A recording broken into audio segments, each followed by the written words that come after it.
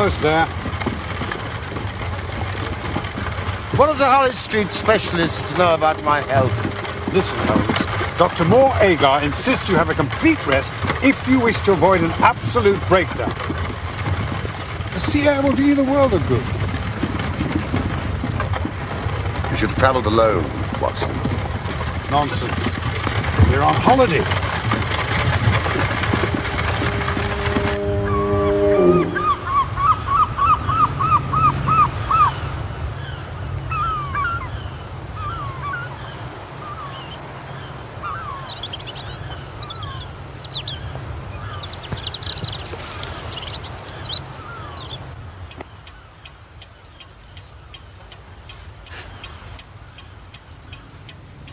Why, it's wonderful, Holmes, wonderful.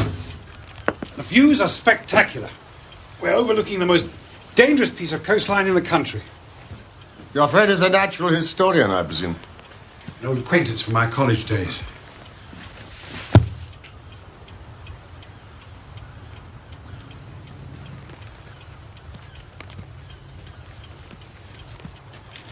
I'll see you for the luggage.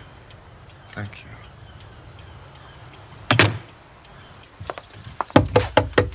Good day to you, sir. Oh. I thought as we were going to be neighbours for the next few weeks, I ought to say a few words of welcome. How very kind.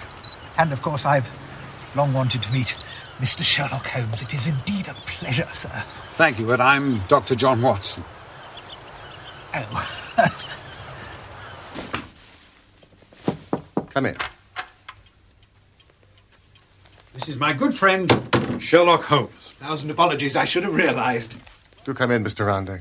Very stupid of me. How did you know my name? You have an interest in archaeology, do you not? Why, yes. Deduce, Watson, come. Deduce. You've got mud on the points of your shoes and beneath your knees and on the fingers of your right hand. Which indicates that you've knelt on the ground for a length of time. Oh, Watson, you're coming along marvellously. You're a left-handed gardener. You're a student of archaeology. You've published a paper on the theories surrounding Neolithic burial rites. You are the Reverend Francis Roundhay, vicar of the parish of Tredanick Wallace. Astonishing, sir. Please, sit down. Thank you. But left-handed? The hand with which you hold the trowel. Exactly right. Precise in every detail. But how, sir, how? Vicar. The parish magazine, it's all... That's outrageous. The village is nearby. Oh, yes, just along the coastal path. It's secluded, but it caters for all our needs. I suppose, is that the nearest habitation? No, the Tregennis estate is about a mile inland. Very nice people, and I'm sure they'll extend to you some fine Cornish hospitality. However, I've imposed enough upon you for one day. Perhaps you'd care to come and have dinner with me one evening at the vicarage? Oh, then we should impose upon you and your family. Oh, no, alas, I have no family. I live alone, except for Mr. Tregennis, who has a suite of rooms in the house. But does he not live on the estate? A family dispute. His sister and 2 brothers live there, but he chooses to live apart. Do you know, dinner at the vicarage is a splendid idea. We must arrange a date. And a time. Yes, well, of course, gentlemen. Good day to you.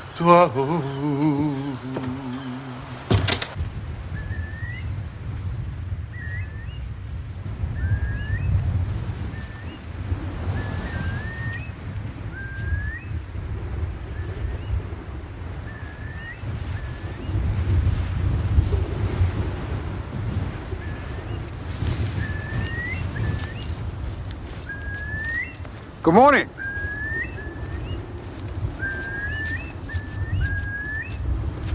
Cornish hospitality. Weather-pitted slabs of granite. Ancient tombs.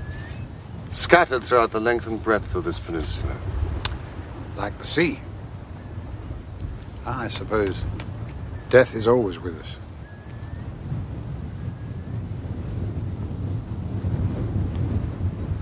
Quite so.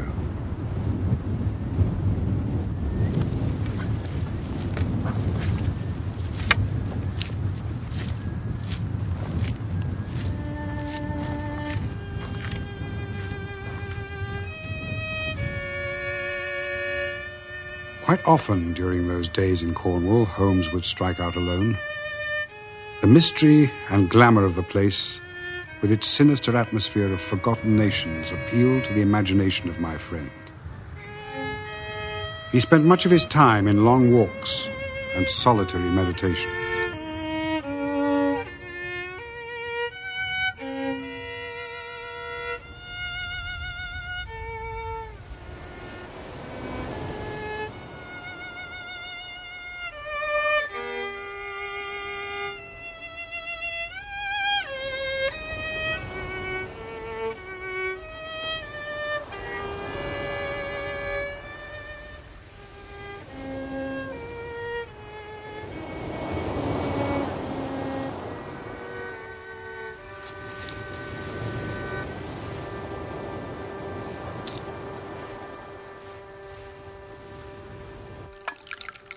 One morning, however, my friend's convalescence was violently interrupted. Gentlemen, I urge you to consult the police. Holmes is a sick man. Yes, but getting better all the time, Watson. This is a matter of some emergency.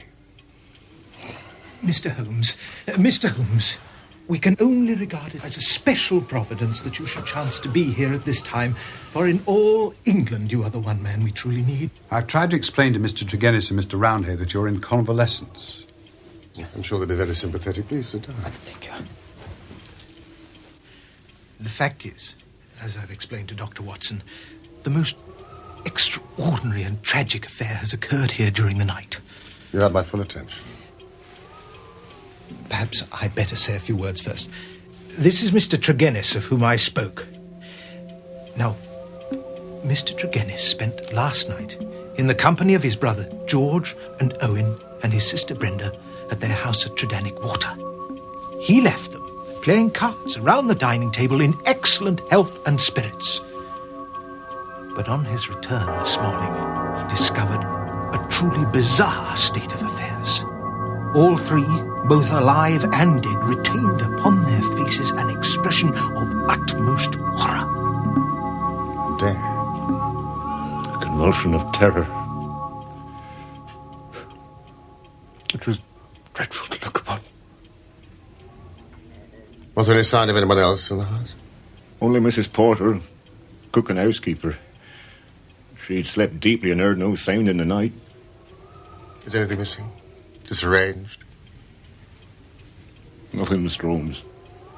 Could possibly frighten a young woman to death and two strong men out of their senses. Yes, what indeed. I'm sure, Holmes, that the local police would have reached some conclusions. However erroneous they may be. Holmes.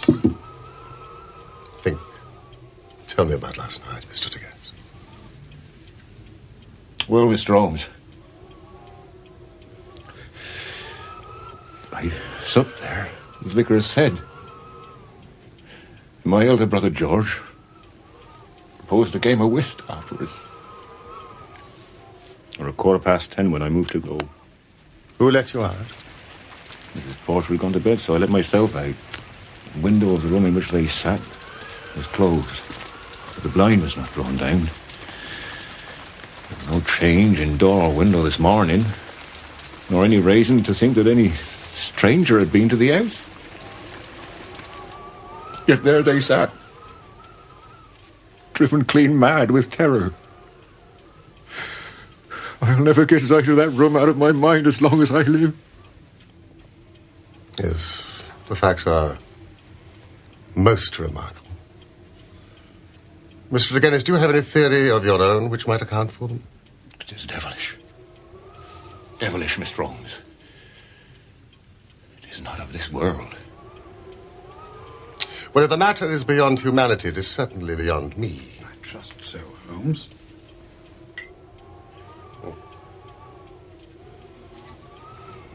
Now think. Think very carefully, Mr. Tregennis. about the evening that you spent together? Did anything stand out in your memory which might throw some light upon this tragedy? There is nothing, Mr. Holmes. Were they nervous people? Did they ever show any sign of apprehension? Not to my knowledge, Mr. Holmes. Then there's nothing in which you can assist me.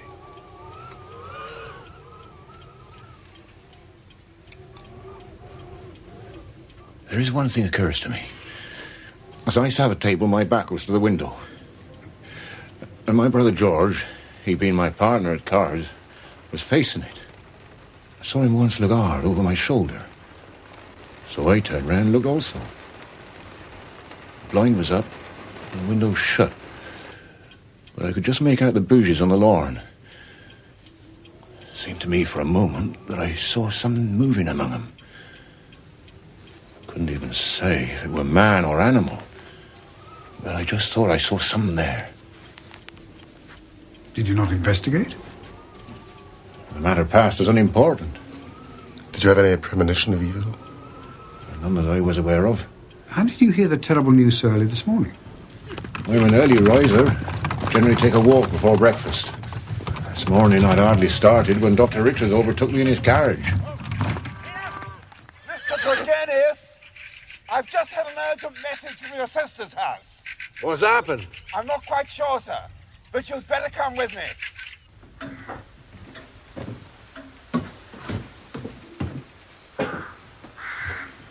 She's been dead at least 6 hours. No sign of violence. How? I've never seen the like, Mr. Tregennis. Not in all my years as a... You all right? I've got you. Over here. That's there we go. We nearly had him on our hands as well.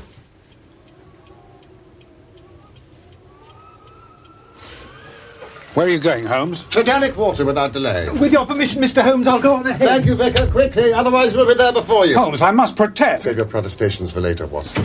Much later. I gather you were divided in some way from your family. That is so, Mr. Holmes. Though the matter is past and done with. All was forgiven and forgotten, and we were the best of friends. We were a family of tin miners at Red Ruth. Sold out our venture to a company. And so retired, with enough to keep us. I won't deny there was some bad feeling over the division of the money. It stood between us for a number of years. Nevertheless,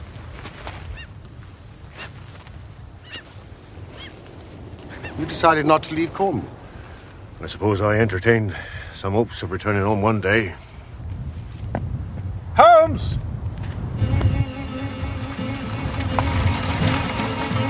Holmes, stand back!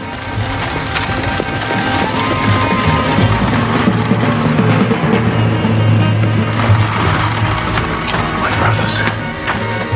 They're taking them to house.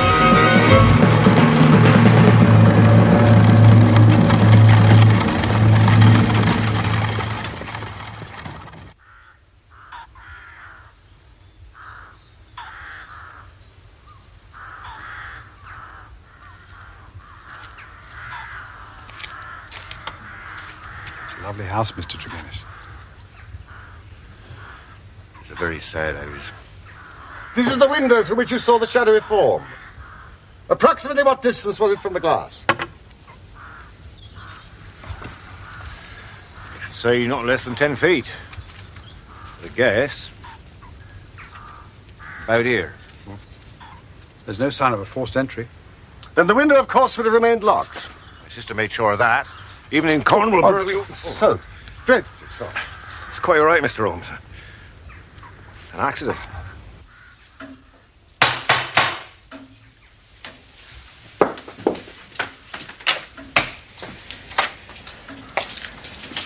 Thank you.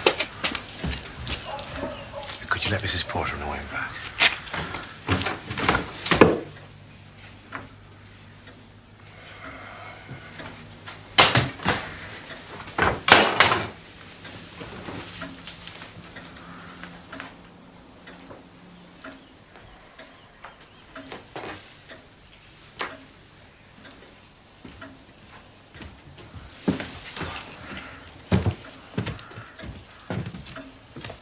I should like to meet the housekeeper. Of course. Oh, but please, try to avoid causing further distress. Death is always distressing, Mr. Tregennis. Ah. The chairs. Well, they must have been moved after the police left the house. That one here, Mr. Holmes. One over there. This one here. And this one over here. Has anything else been moved? All is as I remember it. You must understand there was a great deal of fuss and confusion when I arrived this morning. Things may have been moved without thought given to their significance in a criminal investigation. Criminal? That is a very interesting word. So you no longer subscribe to the theory of a supernatural explanation? I don't know. Where were people sitting? I sat here, facing Georgie, my brother George. Rainer sat next to me, Owen across from her. Well, that's curious. What? I mean, from this position, the figure outside of the window must have been well over 6 feet. I can only tell you what I saw, Mr. Holmes. Ah, this is my housekeeper, Mrs. Porter. I'd like you to meet these gentlemen, my dear.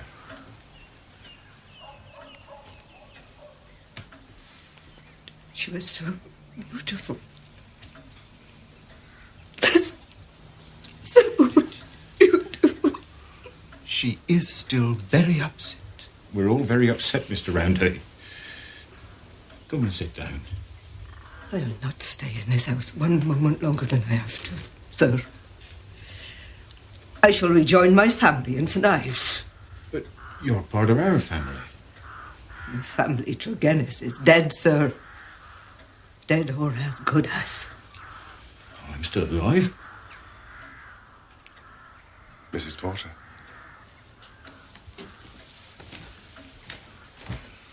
Excuse me now. Mrs. Porter.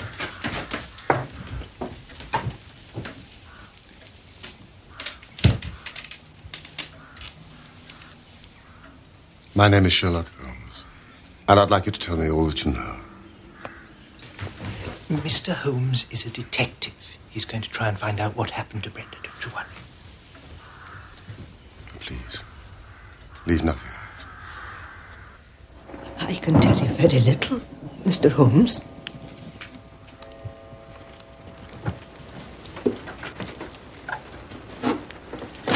Oh, you'll be cheating. I am not cheating.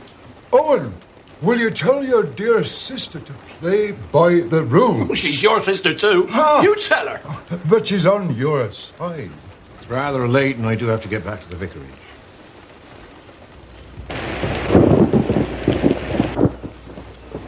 Mortimer, you must stay here for the night.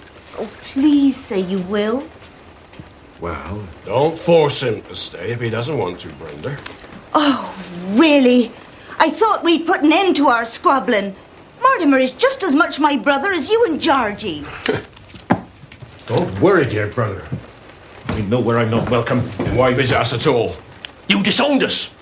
Or have you forgotten? We'll be all right now, Beth, if you wish to retire. Is Mr. Tregennis staying with us tonight? Why?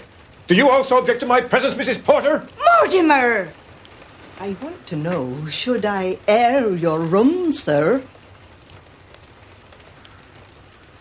Sorry.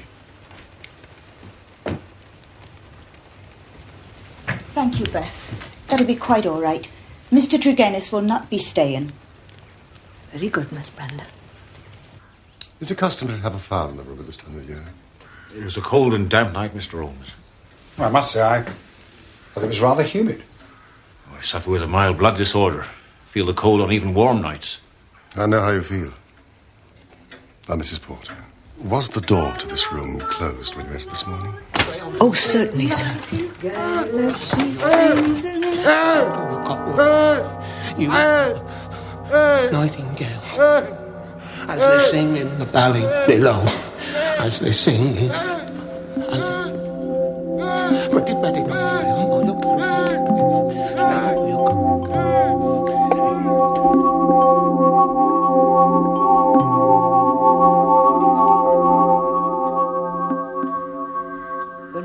recovered, I threw wide the window to let in the morning air.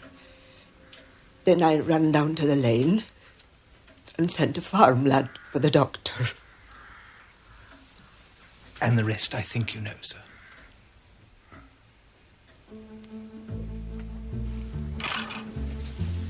Mrs. Porter's right.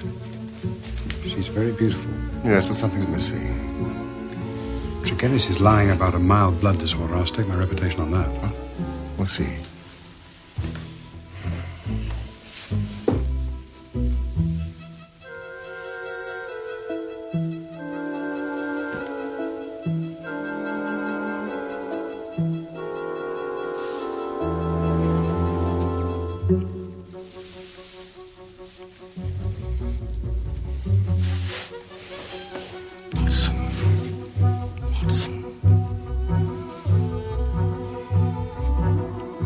Look at this. That's very unusual.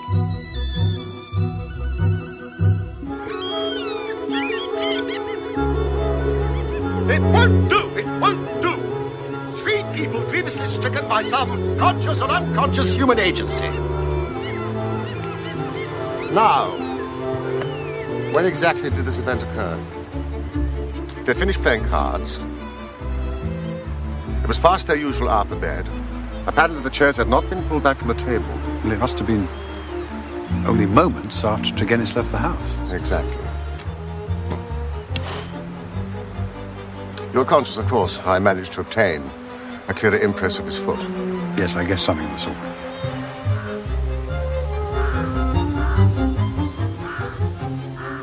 Having got a sample print, I could pick out his tracks among the others and follow his movements. For the length of his stride, he returned swiftly to the vicarage. If Tregennis disappeared, then almost instantly some other person affected the card players. Now, how can we reconstruct that person?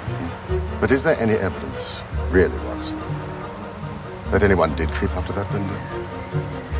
The only suggestion comes from Tregennis, who says that his brother reacted to some movement in the garden. And how was this impression of horror conveyed?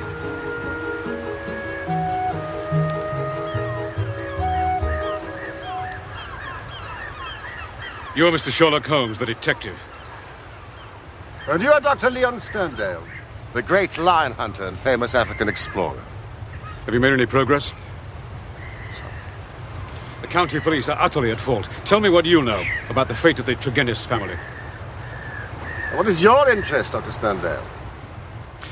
My claim to be taken into your confidence is that during my many residences here, I have come to know this family of Tregennis very well. Indeed, upon my Cornish mother's side, I may call them cousins. So their strange fate has naturally been a great shock to me. Do you know of anything that could help us in our inquiry? Nothing at all. I may tell you that I had got as far as Plymouth upon my way to Africa when news reached me. I came straight back here to help in any way I can.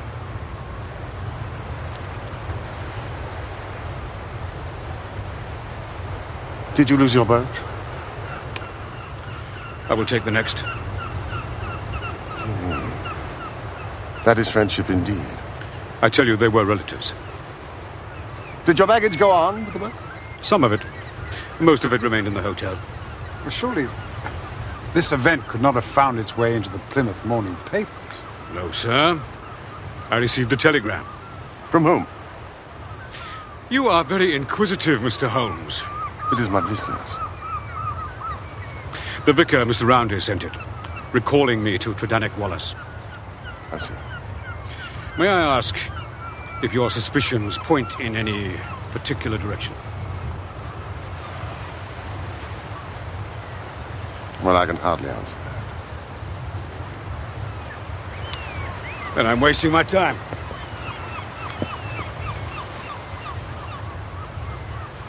Oh, God!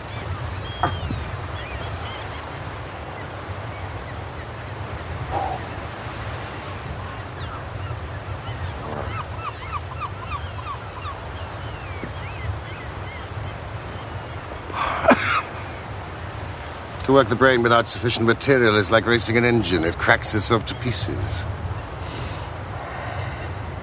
Wait for me at the cottage. Where are you going? Cheer up, Watson! Sea air, sunshine, patience. All will be revealed.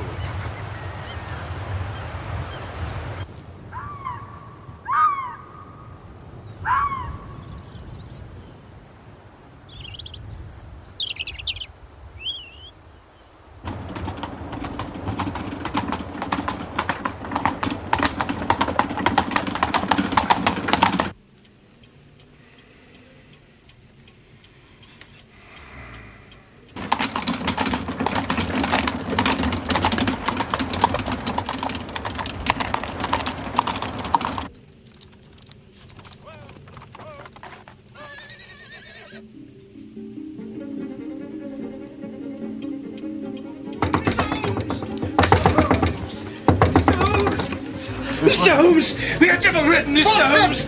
My poor parish is devil-ridden! We are given... What has happened?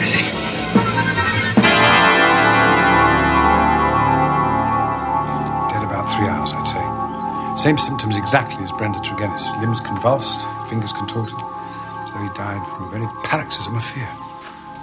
That it should happen under my roof. Has his bed been slept in? Oh, yes, most definitely.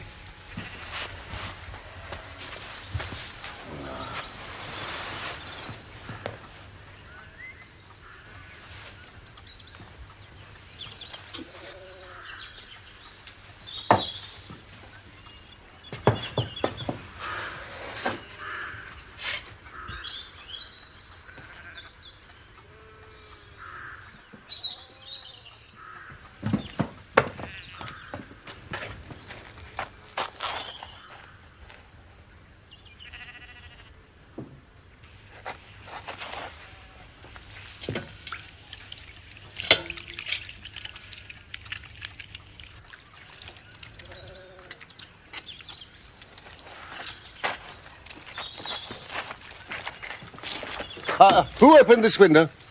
My housekeeper. She was the first into the room this morning. Where is she now? Oh, she's taken to her bed with a severe headache, no doubt greatly affected by the shock.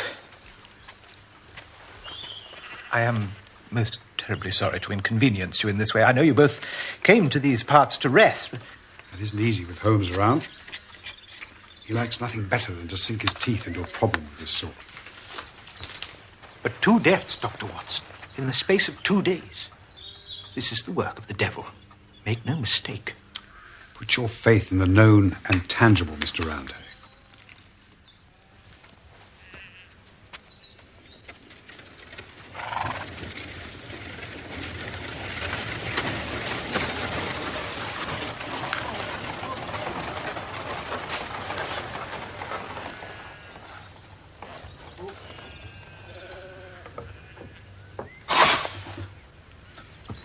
I trust nothing has been touched, sir. No, everything's exactly as it was. Right then. I'll need a statement from you and your housekeeper. Oh, Master, I'm afraid she's still rather ill. Check upstairs.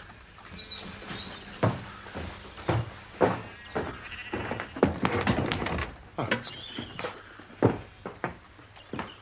who are these gentlemen? Oh, Mr. Sherlock Holmes and Dr. Watson from London.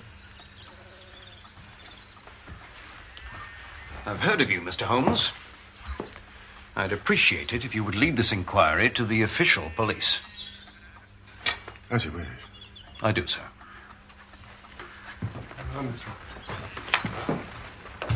Would you direct the inspector's attention towards the window upstairs and the lamp on the table? Each is suggestive. Together, they're almost conclusive. Watson? Good afternoon. Good luck.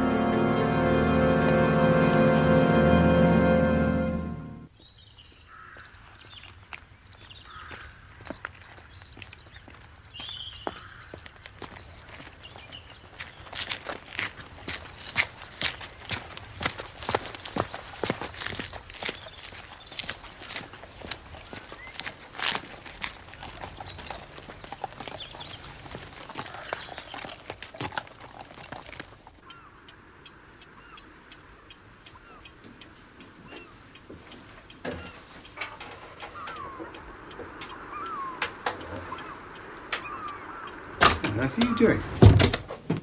An experiment to test a theory. Isn't that the lamp that was in Tregennis's room?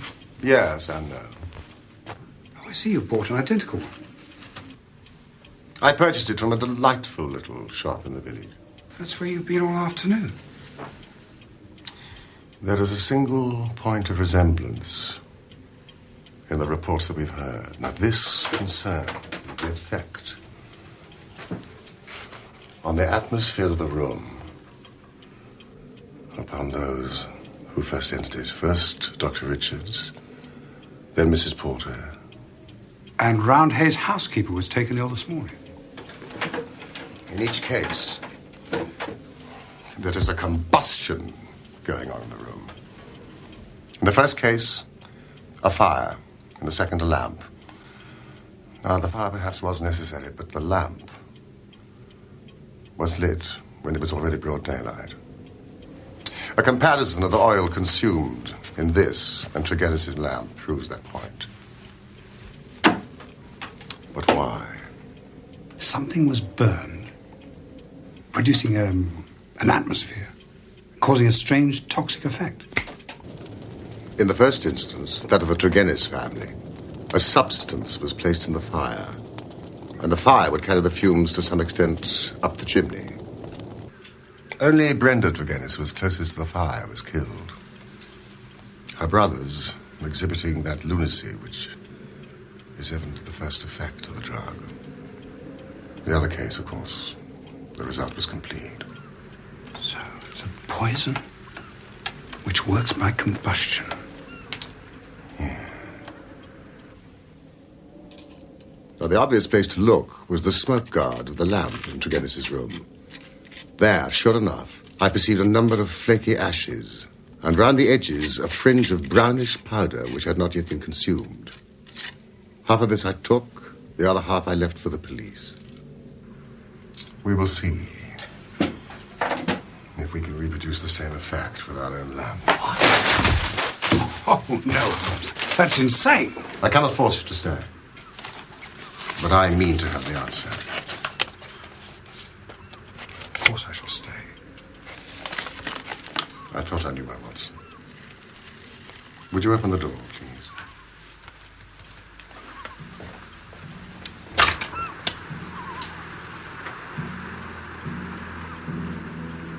Now, would you like to just sit there?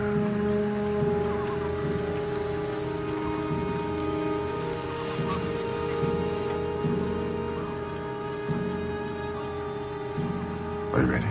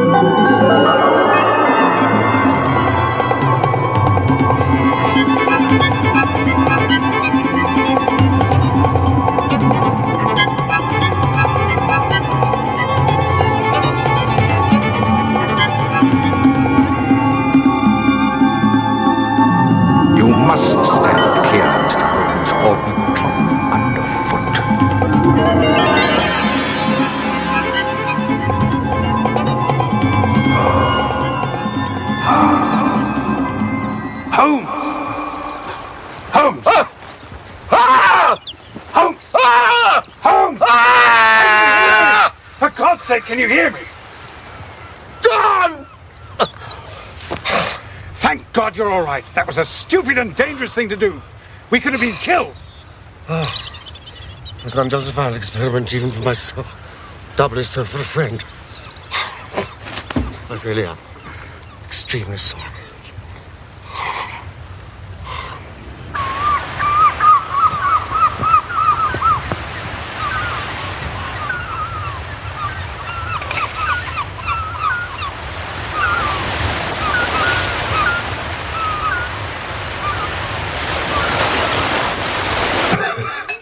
the evidence points to Tregennis being the criminal in the first tragedy and victim in the second. Yes, had anyone else come in, the family would have certainly risen from the table. Then Tregennis' own death was suicide. That'll be Dr. Leon Sterndale. Would you let him in, Watson? Thank you.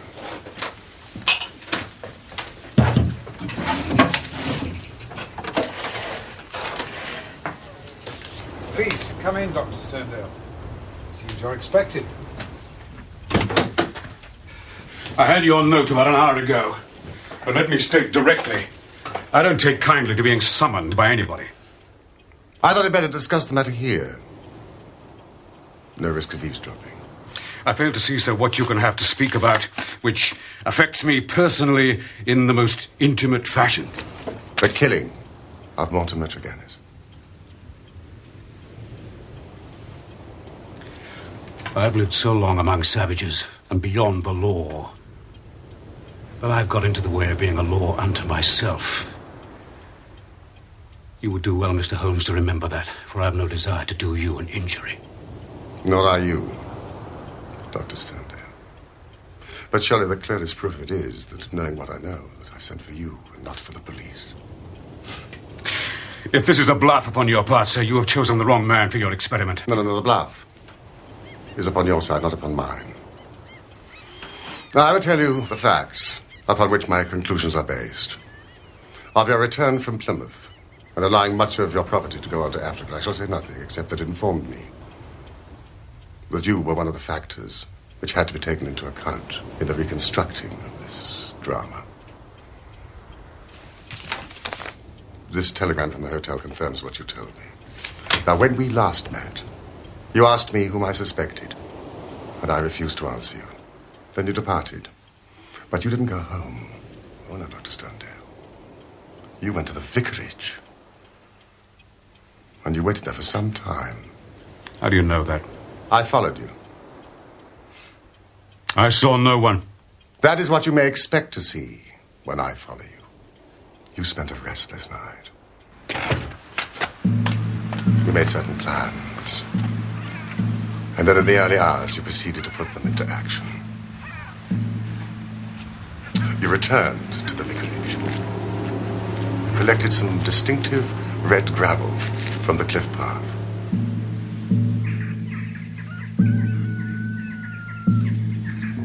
The house by now was in daylight, but the inhabitants were not stirring. You threw some red gravel up at the window of the lodger Tregennis.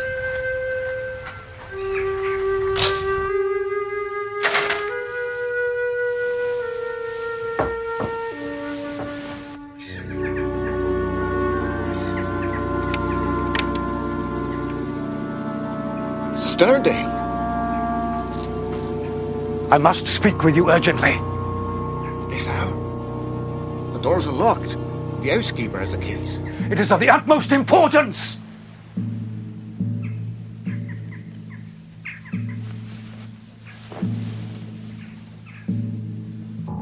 You entered through the sitting room window.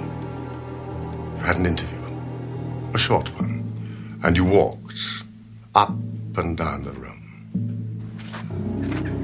You withdrew as you had come. You were wearing the same pair of studied walking shoes, which at the present moment are upon your feet.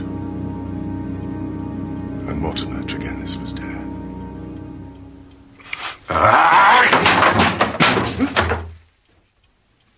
The ring you gave Brenda Tregennis. Yes. Yes. Brenda Tregennis.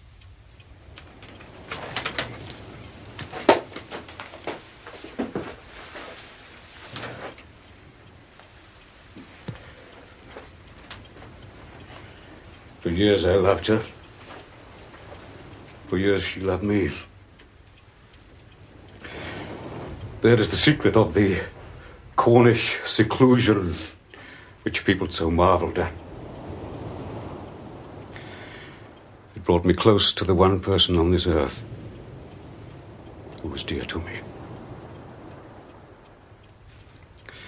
I couldn't marry her, for I had a wife who left me, but whom, by the deplorable laws of England, I could not divorce.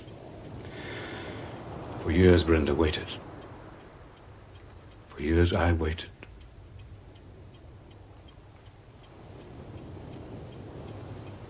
And this was what we waited for.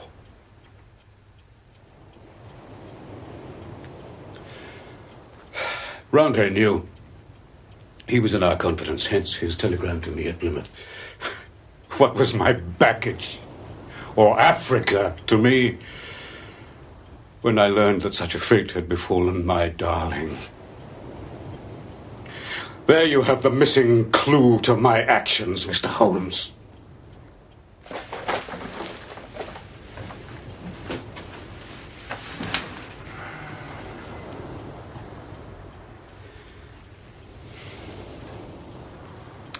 I understand that you, sir, are a doctor of medicine.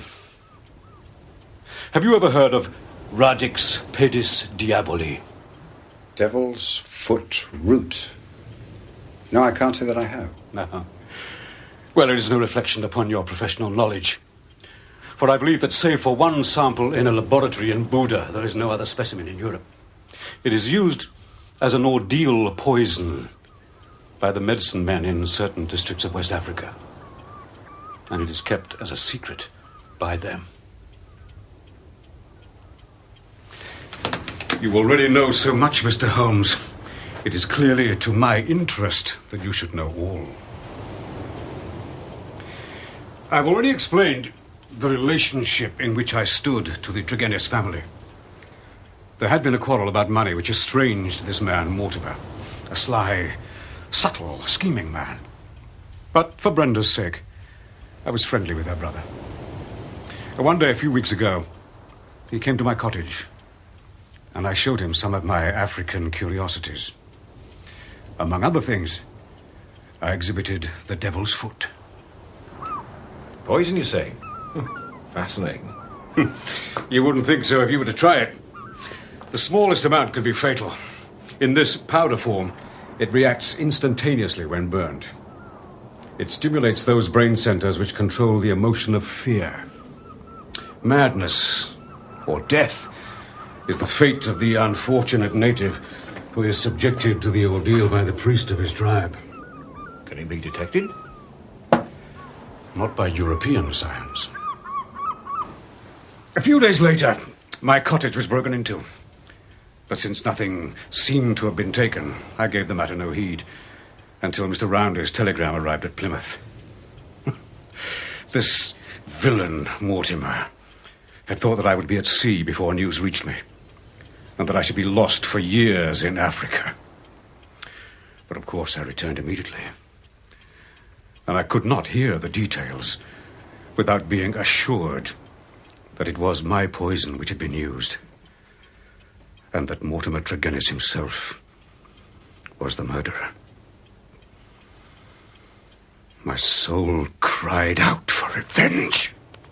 Oh, you murdered her. For money, you murdered your own sister. You can't prove that. No jury in the land would believe you. I'm my own jury, Mr. Tregennis. Judge, jury, and executioner.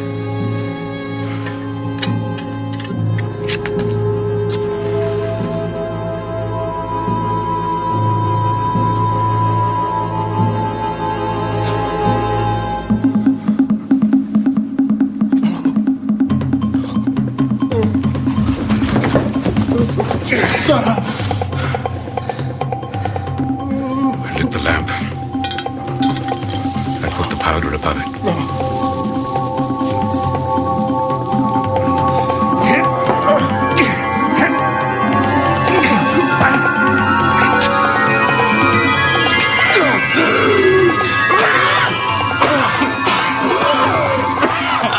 In 5 minutes, he died.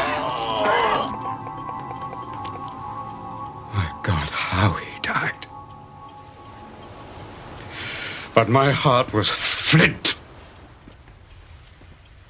For he endured nothing which my innocent darling had not suffered before him.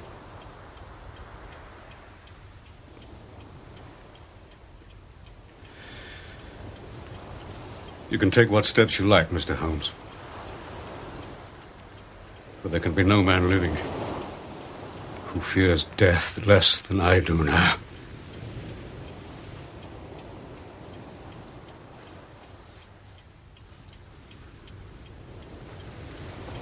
What were your plans? I was intending to bury myself in Central Africa. My work there is but half done.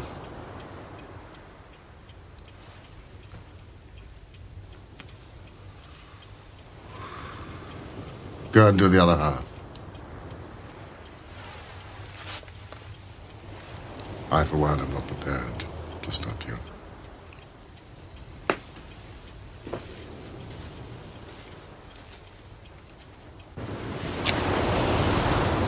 God bless you. Both of you.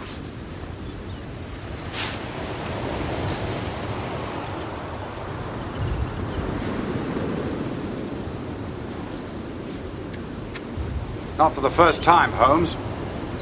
You presume to take the law into your own hands. I have never loved. But if I did, and if the woman I had loved had met with such an end, I might act, even as our lawless lion hunter has done. Wouldn't you? Yes, I suppose so. But that's not the point. The point is, why should I do the work of the official police? And as you're very fond of telling me, I'm on holiday.